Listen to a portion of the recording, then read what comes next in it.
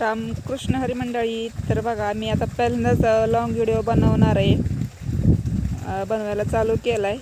तर बघा आपला आता राजम्यापासून सुरुवात होणार आहे. तर बघा हे आपला राजमा आहे आणि ह्याला घेवडा पण म्हणतात, कारण की ह्याला 2-3 नाव आहेत. तर आता मला सवय लागली ते राजमा म्हणायची, ती राजमाच म्हणते मी.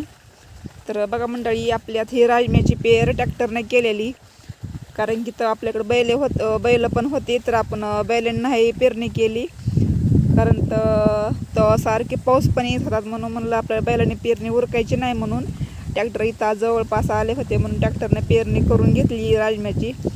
तर बघा किती छान उगवला आहे आणि दाट पण उगवला आहे, असा पातळ वगैरे काय झाला नाही, काही नाही.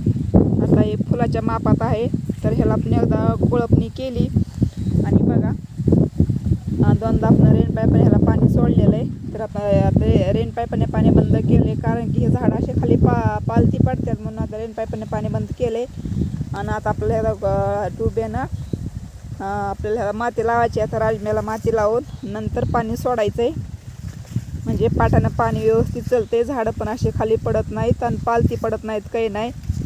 म्हणून आपण ते रेन पाईपाने पाणी बंद केले ना, आपल्याला आता माती लावायची. राजम्याला माती लावून पुन्हा पाणी चालू करायचं द्यायला पाटाने.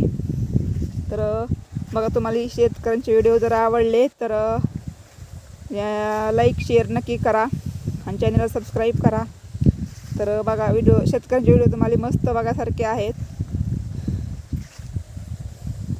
तर बघा हे कसा वाटला व्हिडिओ शेतकऱ्यांचा, तर नक्की कमेंट करून सांगा.